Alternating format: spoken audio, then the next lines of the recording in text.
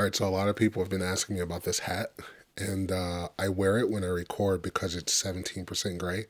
So it just helps me like expose and like get my color right. So it's just an easy way to get it. Yeah, let's get into this video. I'm gonna have a little coffee, and I hope it doesn't trigger anybody who's gonna accuse me. What if I started like looking off like the camera and started talking like there was someone over there? Like, you think they'll be mad at me if I like drink coffee on camera?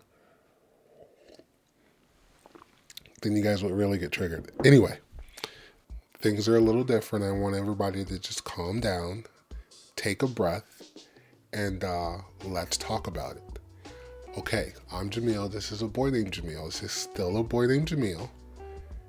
And here's what we're talking about today. Every couple years or so, something comes out and everybody on YouTube just has to have it. Last year, it was the DJI Pocket 3.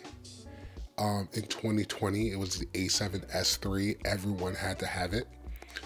And in 2018, in October of 2018, Sony released the 24mm G Master f1.4. And now listen.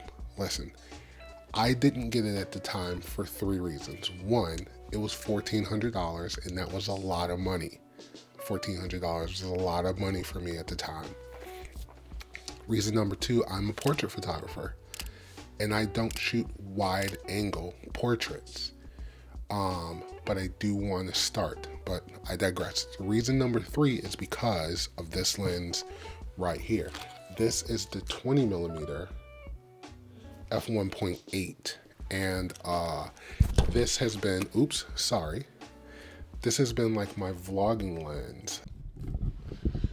One of the things that I'm realizing too as I edit this video is that I always assumed that 24mm was too tight to vlog with, but I don't know. I have really long arms, so I have this mounted on my A7C right now, and I like the 1.4. I like the bokeh that I'm getting back here, and I don't know. Is this too tight? I might have to go out and vlog with this. You guys let me know. Is this too tight?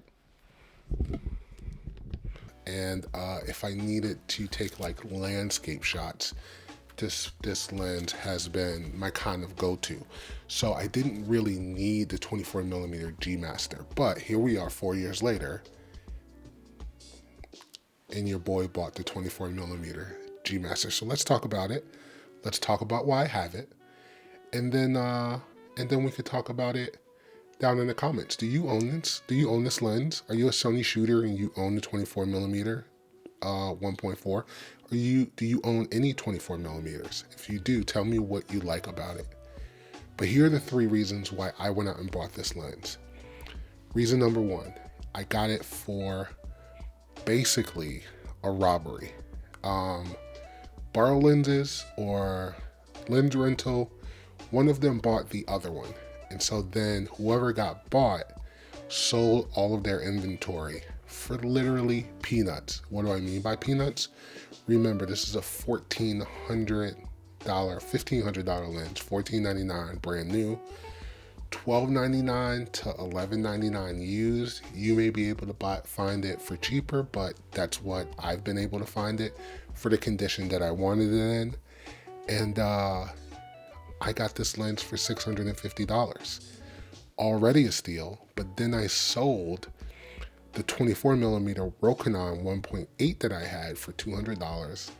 I got this lens for $450, a steal.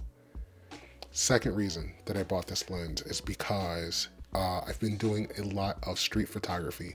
And one of the phenomenons that you kind of go through as a street photographer is that you start off really timid. You're shooting from like 85, but as you get more proficient, as you get better, you want to shoot wider and get more engaged.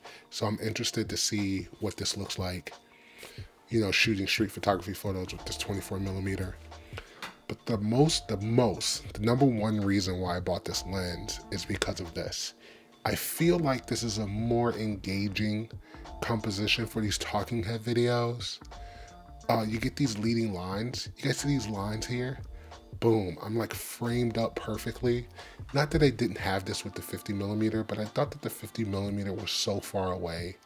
I felt like I was a newscaster. You know what I mean? But now I feel like this 24mm is more intimate.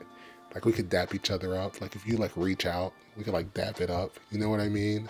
So I'm really excited about this lens. I can touch the camera.